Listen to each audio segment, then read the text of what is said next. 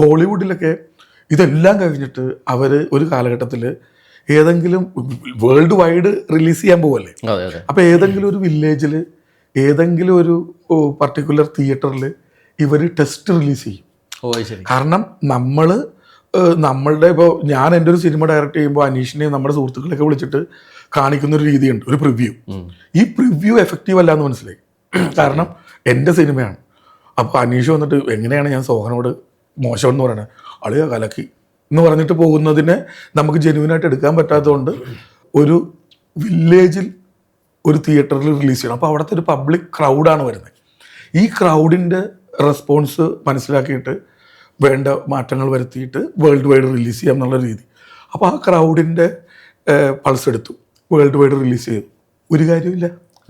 അത് ആ പർട്ടിക്കുലർ നാട്ടിലെ അവരുടെ കൾച്ചർ, അവരുടെ അന്നത്തെ മാനസികാവസ്ഥ ഇതിനൊക്കെ സ്വാധീനിക്കും. അതെ. അപ്പം ഇതൊന്നും നമുക്ക് പ്രഡിക്റ്റബിൾ അല്ല.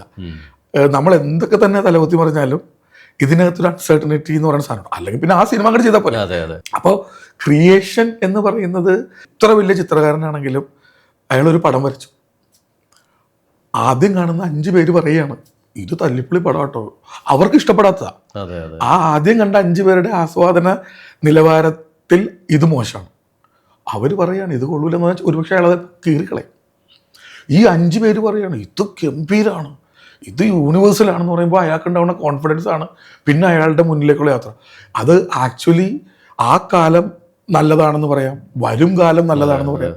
ചിലപ്പോൾ ഈ കാലം നല്ലതാണെന്ന് പറയുന്നത് വരും കാലം പൊളിറ്റിക്കലി കറക്റ്റ് അല്ല എന്ന് പറയാം. അത് കല എന്ന് പറയുന്നത് കാലത്തോട് സംവേദിക്കുന്നു. അപ്പോൾ അതിൻ്റെതായിട്ടുള്ള അൺസർട്ടനിറ്റി അതിനുണ്ട്, എപ്പോഴും ഉണ്ടാവും.